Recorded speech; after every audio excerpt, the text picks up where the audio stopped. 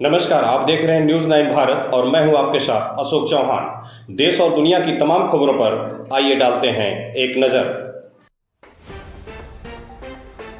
खबर उत्तर प्रदेश के गोंडा जिले के तहसील व थाना क्षेत्र तरफगंज के अंतर्गत ग्राम पंचायत मनहना से है, जहां पर एक मुस्लिम महिला द्वारा आबादी की भूमि पर अवैध कब्जा कर वर्तमान भाजपा बूथ अध्यक्ष के घर की जल निकासी व्यवस्था को बाधित कर दिया गया है, जिसका विरोध करने पर मुस्लिम महिला द्वारा बूथ अध्यक्ष को जान से मारने व फर्जी बलात्कार के मुकदमे में फंसाने की धमकी दी जा रही है।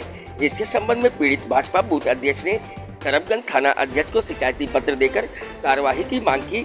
पीड़ित द्वारा दो बार शिकायत पत्र देने के बाद भी थाना अध्यक्ष तरफगंज द्वारा कोई कार्रवाई नहीं की गई।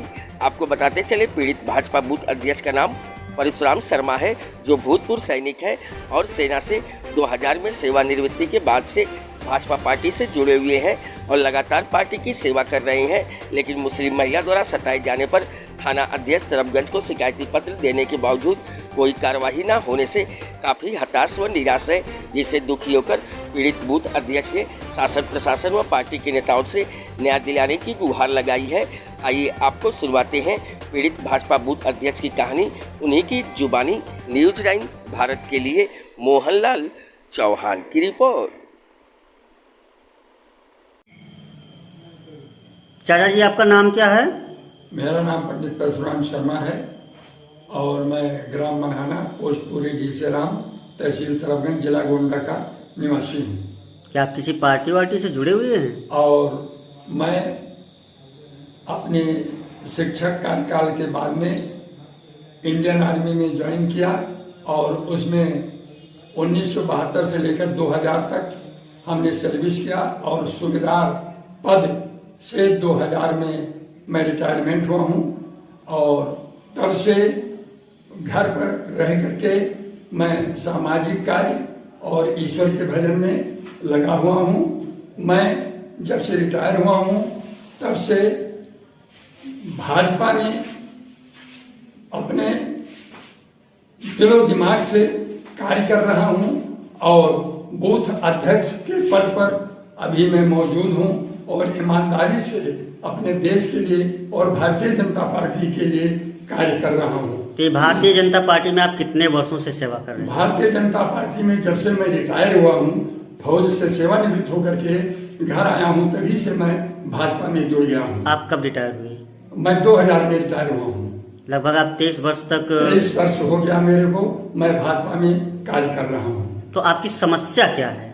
और इसके बाद में मैं पूछ रहा हूँ, आपकी समस्या क्या है?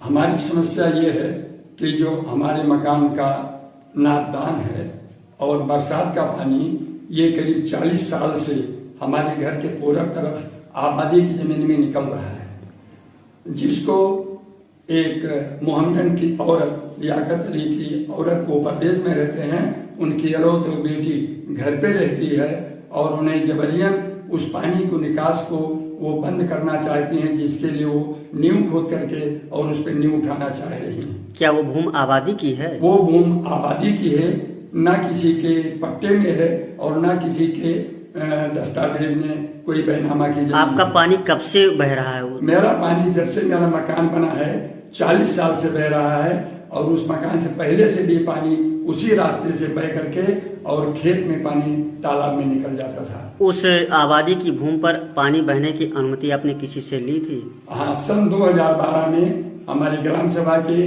प्रधान श्रीमती गुलाबा शर्मा की अध्यक्षता में भूमि प्रबंध समिति की बैठक हुई थी, जिसमें उन्होंने प्रस्ताव पारित किया था और मुझे पूर्ण अधिकार दिया था कि आबादी की जमीन है और इसी में से जैसे आपका पानी बह रहा है उसी तरह पानी बहेगा, कोई रोक नहीं सकता है। और तभी से उसी रास्ते से, उसी आबादी की भूमि में पानी बह करके जो पूरब खड़ंजा लगा है उससे खेत में पानी निकल जाता था। तो क्या अब वो महिला, वो जो मुस्लिम महिला है, वो आपके इस पानी को रोक रही है बहने से? अब वो मुस्लिम की महिला उस पानी को रोक रही है और जब मैंने उससे कहा कि आप ये गलत कर रहे हैं, इसको मत करिए, तो मुझे वो धमकी दे रही है कि मैं मोहम्मदन हूँ, औरत हूँ, तुम्हारे साथ में कोई भी केस लगा सकती हूँ और मैं मोहम्मदन होने के नाते अगर गौ हत्या करती हूँ या ब्राह्मण की हत्या करती हूँ तो मुझे कोई दोष और पाप नहीं लगेगा। यही है कि मैं औरत हूँ, मैं कुछ भी करने के लिए तैयार हूँ, मुझे कोई लाशर्म नहीं है। मैं तुम्हें हर केस में फंसा कर सकती हूँ, जैसे बलात्कार है, दुष्कर्म है, छेड़खानी है, मैं सब धारा लगा करके तुमको फंसाऊंगी। और तो इस संबंध में आप थाने पर तहरीर दिए नहीं दिए? इस संबंध में हमने थाने पर 3/9/2023 को थाना अध्यक्ष महोदय तरबगंज को हमने प्रार्थना पत्र दिया है, जिसमें हमने इस बात का क्लियर स्पष्टीकरण दिया है। और उसके बाद में 16/9/2023 को भी जाकर के थाना अध्यक्ष महोदय तरबगंज को हमने एप्लीकेशन दिया है और सीधे उसमें लिखा है ये मोहनगंज की औरत हमको इस तरह की धमकी दे रही है, जिसके लिए मैं उसके पास जाने से लाचार हूँ और यही बार बार धमकी दे रही है कि मैं आपको फंसा दूंगी। ये मोहम्मदन जो मुस्लिम औरत है, ये आपको बार बार धमकी दे रही है कि झूठे केस में बलात्कार जैसे झूठे केस में फंसाने की, दुष्कर्म जैसे झूठे केस में फंसाने की, आपका पानी नाली का पानी बंद कर रही है, आप थाने पर जाकर तहरीर भी दे रहे हैं। आप भाजपा के वरिष्ठ कार्यकर्ता भी हो चुके हैं। आप बता रहे हैं 23 साल से मैं नौकरी मतलब भाजपा की सेवा कर रहा हूँ। प्रेजेंट टाइम में आप बूथ अध्यक्ष भी हैं, लेकिन आपकी सुनवाई नहीं हो रही है। आपकी कोई सुनवाई नहीं हो रही है। हाँ, मेरी सुनवाई अभी तक कहीं भी नहीं हो रही है। मैंने थाना अध्यक्ष महोदय से बार बार रिक्वेस्ट किया कि साहब मेरा अगर पानी बंद हो जाएगा, बरसात का पानी नहीं निकलेगा तो घर में दुनिया भर की बीमारी हो जाएगी, मकान गिर जाएगा तो मैं कहीं का नहीं रहूँगा। और अगर उस औरत के पास जाता हूँ तो मुझे बलात्कार में फंसाती है, तो इसके अलावा क्या करूँ मैं? धमकी देती है, धमकी देती है। क्या करूँ? बार बार यही धमकी देती है कि मैं मोहम्मदन हूँ, मैं हिंदू से नहीं डरती हूँ, मैं ये धारा लगा दूंगी।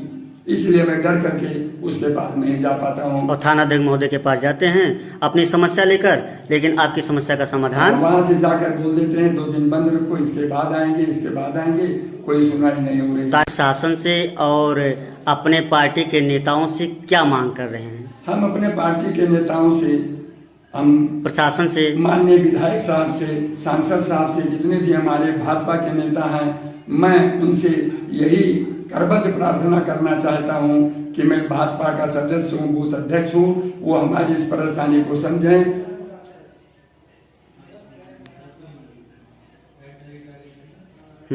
और हमारे तथा हमारे सैनिक परिवार की रक्षा के लिए वो कोई ना कोई उपाय करें। मेरे घर के नापदान और बरसात के पानी की निकास के लिए आकर के जो आबादी की जमीन है किसी के नाम पर नहीं है, अगर 2 आदमी के लिए जमीन है तो आबादी का मैं भी हकदार हूँ, आकर के वो दोनों आदमी को आबादी का हिस्सा बांट दें और मेरे नापदान बरसात का पानी निकाल दें, जिससे मेरा परिवार और मेरा घर सुरक्षित रहे, कोई अनहोनी ना होने पाए।